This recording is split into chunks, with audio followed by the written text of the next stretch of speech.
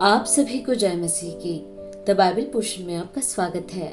हमारा आज का वचन है गिनती के पुस्तक 19वां अध्याय। फिर यहोवा ने मूसा और हारून से कहा, व्यवस्था की जिस विधि की आज्ञा यहोवा देता है वह यह है, तू इसराइलियों से कह कि मेरे पास एक लाल निर्दोष बछिया ले आओ, जिसमें कोई भी दोष न हो, जिस पर जुआ कभी न रखा गया हो।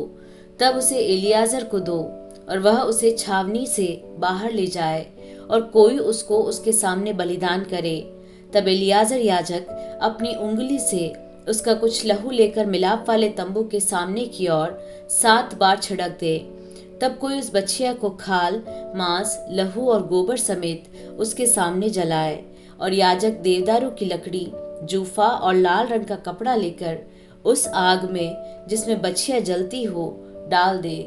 तब वह अपने वस्त्र धोए और स्नान करे। इसके बाद छावनी में तो आए, परंतु सांझ तक अशुद्ध रहे। और जो मनुष्य उसको जलाए वह भी जल से अपने वस्त्र धोए और स्नान करे और सांझ तक अशुद्ध रहे। फिर कोई शुद्ध पुरुष उस बछिया की राख बटोर कर छावनी के बाहर किसी शुद्ध स्थान में रख छोड़े, और वह राख इसराइलियों की मंडली के लिए अशुद्धता से छुड़ाने वाले जल के लिए रखी रहे। वह पाप बलि है। और जो मनुष्य बछिया की राख बटोरे वह अपने वस्त्र धोए और सांझ तक अशुद्ध रहे।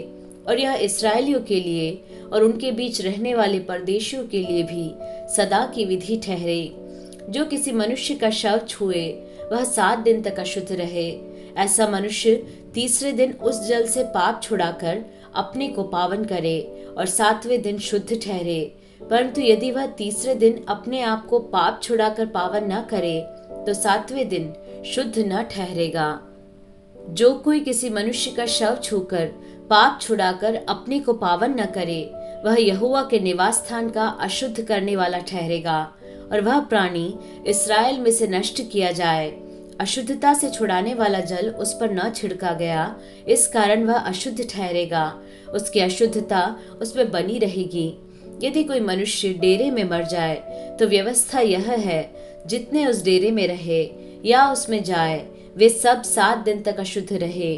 और हर एक खुला हुआ पात्र जिस पर कोई ढकना लगा न हो वह अशुद्ध ठहरे।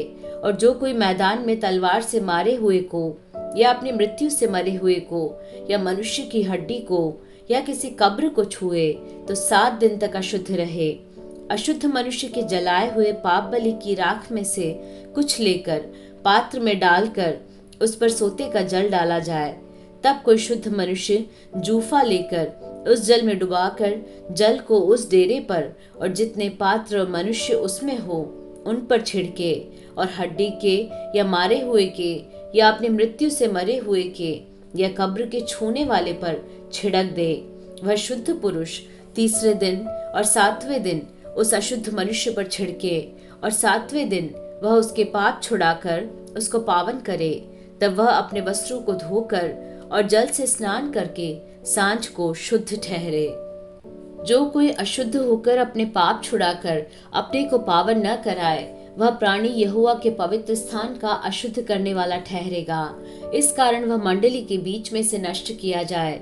अशुद्धता से छुड़ाने वाला जल उस पर न छिड़का गया, इस कारण वह अशुद्ध ठहरेगा। और यह उनके लिए सदा की विधि ठहरे। जो अशुद्धता से छुड़ाने वाला जल छिड़के वह अपने वस्त्रों को धोए, और जिस जन से अशुद्धता से छुड़ाने वाला जल छू जाए वह भी सांझ तक अशुद्ध रहे। और जो कुछ वह अशुद्ध मनुष्य छुए वह भी अशुद्ध ठहरे, और जो प्राणी उस वस्तु को छुए वह भी सांझ तक अशुद्ध रहे।